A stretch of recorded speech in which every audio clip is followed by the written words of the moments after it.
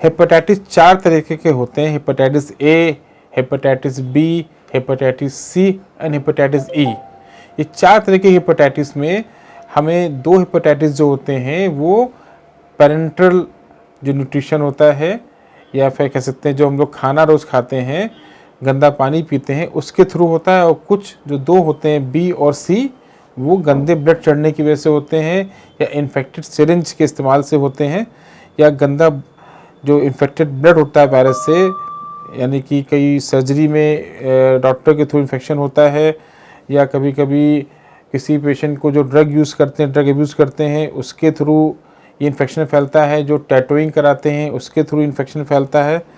तो hepatitis A और ई को हम अगर बचाना चाहें तो उसके लिए हम अगर साफ़ पानी पिएं, साफ़ तरह से खाना खाएं, और तो हमें हेपेटाइटिस ए और ई होने की संभावना नहीं है। हेपेटाइटिस के लक्षण होता है पेशाब पीली होना, आँख में पीलापन, भूख कम लगना, और जब पीलिया बहुत ज़्यादा हो जाता है तो फिर उल्टी ऐसा लगना। इसमें जो मेन लक्षण है जिसमें हम लोग को मरीज़ को पता चलता है कि उसको पीलिया हुआ है, तो सबसे मेन लक्षण होता है कि मरीज़ जब कभी भी शीशे में अपना को देखता है, उसको लगता है उसकी आँखें पीली हो रही हैं, पेशाब पीली हो रही है, उसको भूख नहीं लग रही है। ये इसके सबसे मेन लक्षण हैं। हम आजकल अगर देखते हैं कि सबसे जो प्रमुख कारण है हेपेटाइटिस होने का, वो बाहर का खाना है, बाहर की जूसेस हैं, कि जो वेंडर वो जूस आपको दे रहा है, जो आपको वो जो भी खाने चीज़ है उसमें जो पानी का इस्तेमाल हो रहा है वो साफ़ अगर नहीं है तो आपको हेपेटाइटिस हो सकती है।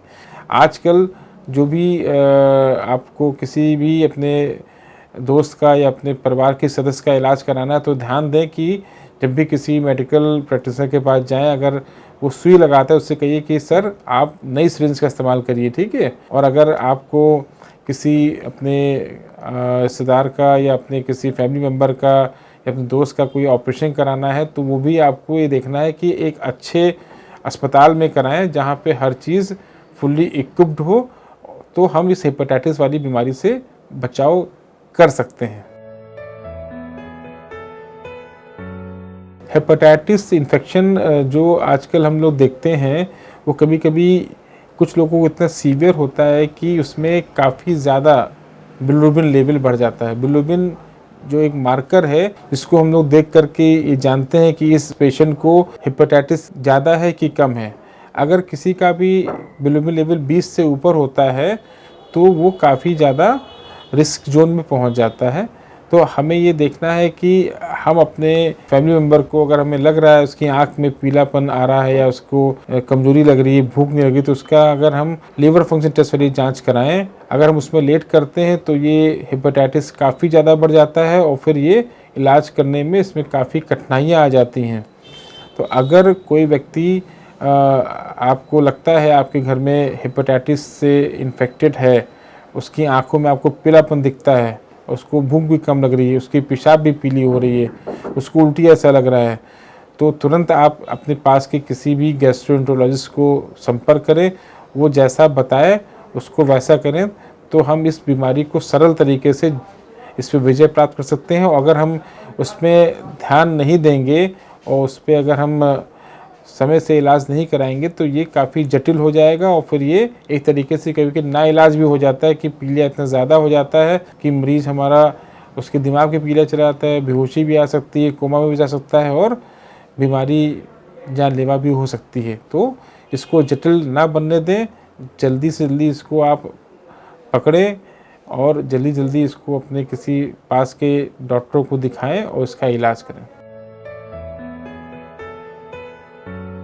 अब हेपेटाइटिस को इलाज करने के लिए हमको जानना पड़ेगा कि ये पीलिया कौन सा है, ये गंदे खाने की वजह से हुआ है या कोई इन्फेक्टेड ब्लड इसको चला है या कोई इन्फेक्टेड इसका सिरिंज इसमें इस्तेमाल हुई जिसके इसको हेपेटाइटिस हुआ है। तो पहले तो हमको पूछना पड़ेगा कि भाई तुम्हें कोई आसपास में कोई सर्जरी तो नहीं हुई है, या तुम्हें किसी डॉक्टर से कोई मेडिसिन तो नहीं लगी है, या तुम खाना बाहर का तो हमेशा नहीं खाते हो। अगर हमें जो भी हिस्ट्री मिलती है उसके अनुसार हम ये जान जाते हैं इसको कौन सा हेपेटाइटिस हुआ है। अगर गंदे खाने पीने से हुआ तो उसको हेपेटाइटिस ए या ई की संभावना होती है।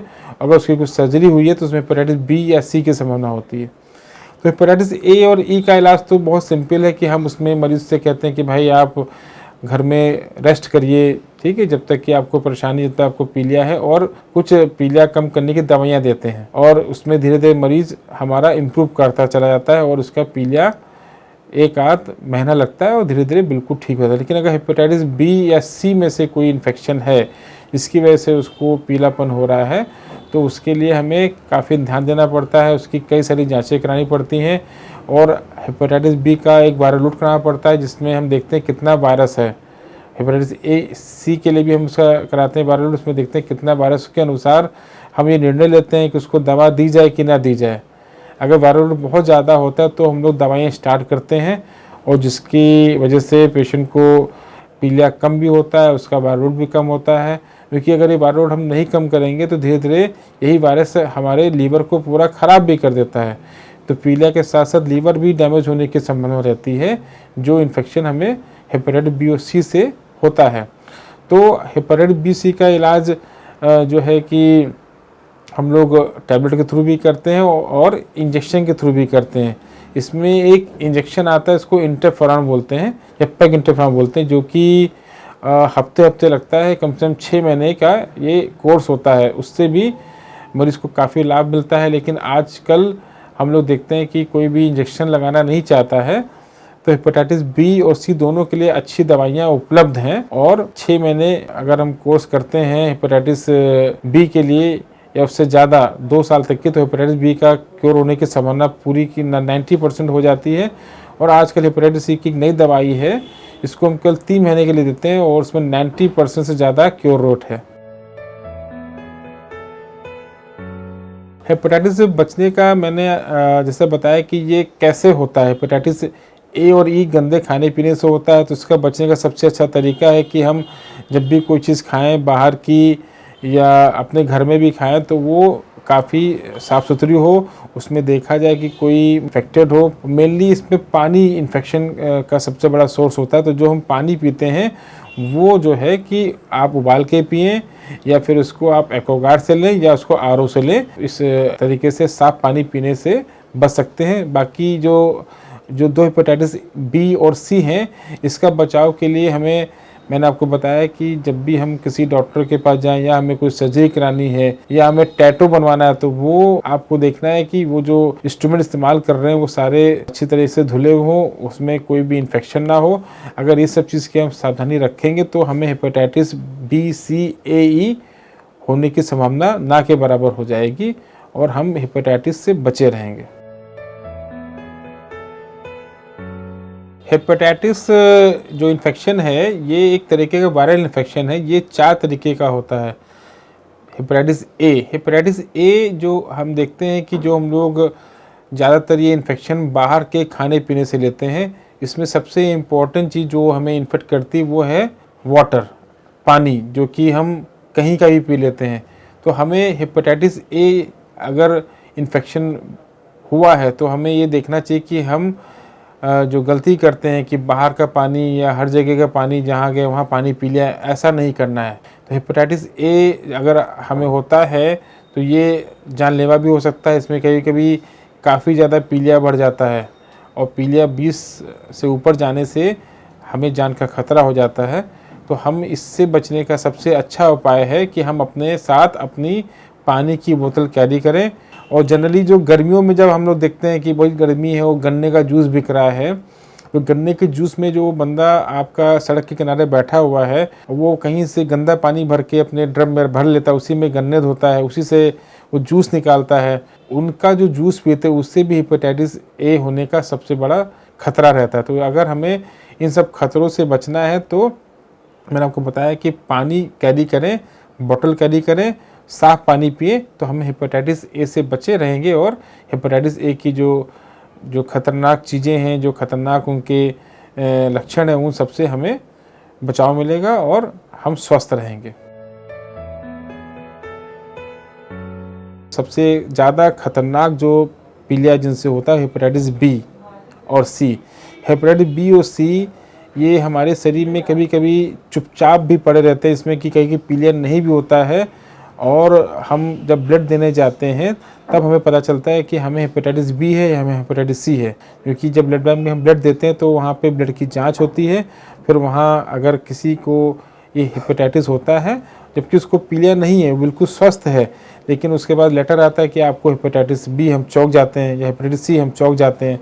तो ये जो वायरस होता है कभी कभी हमारे शरीर में चुपके से एंट्री लेता है। उसके एंट्री लेने का जो तरीका है वो है ब्लड, जैसे कि हमारा किसी भी इन्फेक्टेड व्यक्ति से या इन्फेक्टेड क्या नाम चीज़ से अगर उसका कनेक्शन होता है तो हमें हेपेटाइटिस हो जाता है। जैसे कि कोई गंदा ब्लड चढ़ जाए, या कोई इन्फेक्टेड सिरिंज से हमें कोई इंजेक्शन लगा दे, या कोई इंटरकोर्स के थ्रू भी ये इन्फेक्शन जाता है, जो हम लोग बाहर टैटूइंग कराते हैं हाथ में, ठीक है, उसके थ्रू भी ये इन्फेक्शन जाने की संभावना रहती है। यानी कि जो हमारा ब्लड है वो अगर किसी भी इन्फेक्टेड, जो हेपेटाइटिस बी सी से इन्फेक्टेड है, उससे टच करेगा या किसी तरह से उसका संपर्क में आएगा तो ये हेपेटाइटिस हो जाता है।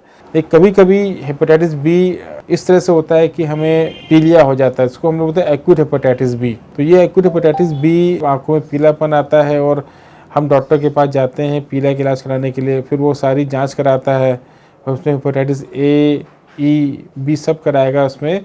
अगर आपका उसमें उसको हेपेटाइटिस बी की जांच अगर पॉजिटिव आती तो फिर उसका वो इलाज करता है। तो ये जो चारों हेपेटाइटिस हैं, इनका आज इस समय संपूर्ण पूरी तरीके से इलाज करना संभव है।